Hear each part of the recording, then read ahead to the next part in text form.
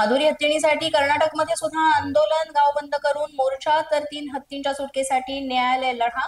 3 सप्टेंबरला बेंगळूर उच्च न्यायालयामध्ये सुनावणी होणार। विदर्भ आणि मराठवाड्यामध्ये सकाळपासून मुसळधार पावसाची हजेरी। वाशिम, बीड आणि हिंगोलीला पावसानं झोडपलं। पावसामुळे नदी तुडुंब, रस्ते पाण्याखाली। मुलाचा मृत्यू सहन न झाल्यानं आईला सुद्धा हृदयविकाराचा झटका। मुलाच्या मृत्यूनंतर 4 तासात आईनं सुद्धा सोडले प्राण। सांगलीच्या तासगाव मधील कुमठे गावातील हृदयद्रावक घटना।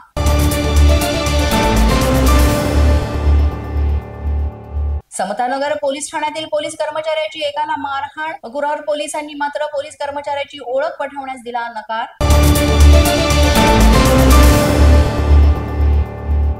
कोल्हापूरच्या हुपरीत 2 गटात हाणामारी, लाठीकाठी आणि हॉटेलमधल्या पुरच्या एकमेकांना फेकून मारल्यानं 5 ते 6 जण जखमी। जुना वाद उफाळून आल्यानं हा राडा। लग्न तोडणाऱ्या प्रेयसीच्या गळ्यावर प्रियकरानं केले वार। नागपूरच्या गोमदी गावातील घटना। हल्ल्यात प्रेयसी गंभीर जखमी, उपचार सुरू। तिसरीमध्ये शिकणाऱ्या मुलीवर शिक्षकाकडून लैंगिक अत्याचार। अहिल्यानगरच्या पाथर्डी तालुक्यातील घटना। पाथर्डी पोलीस ठाण्यामध्ये 5 जणांविरोधात पोक्सो अंतर्गत गुन्हा दाखल।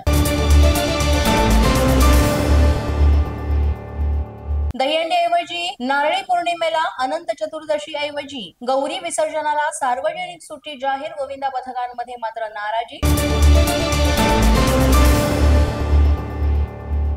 उत्तराखंडमध्ये भूस्खलन आणि पूरस्थितीमध्ये अडकलेल्या महाराष्ट्रातील 151 पर्यटकांपैकी 120 पर्यटकांशी संपर्क। आयटीबी कॅम्प मध्ये सुरक्षित असल्याची दिली माहिती।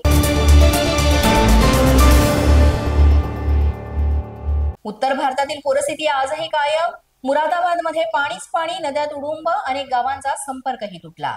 पोलीस माझा न्यूजच्या बातमीपत्रात आज इतकंच। तुम्हाला आमचं बातमीपत्र कसं वाटतंय याबाबत अवश्य अभिप्राय कळवा। यासाठी पोलीस माझा न्यूजचे YouTube चॅनल सबस्क्राईब करा। तसंच आमचं फेसबुक, इंस्टाग्राम आणि ट्विटर अकाउंट फॉलो करा।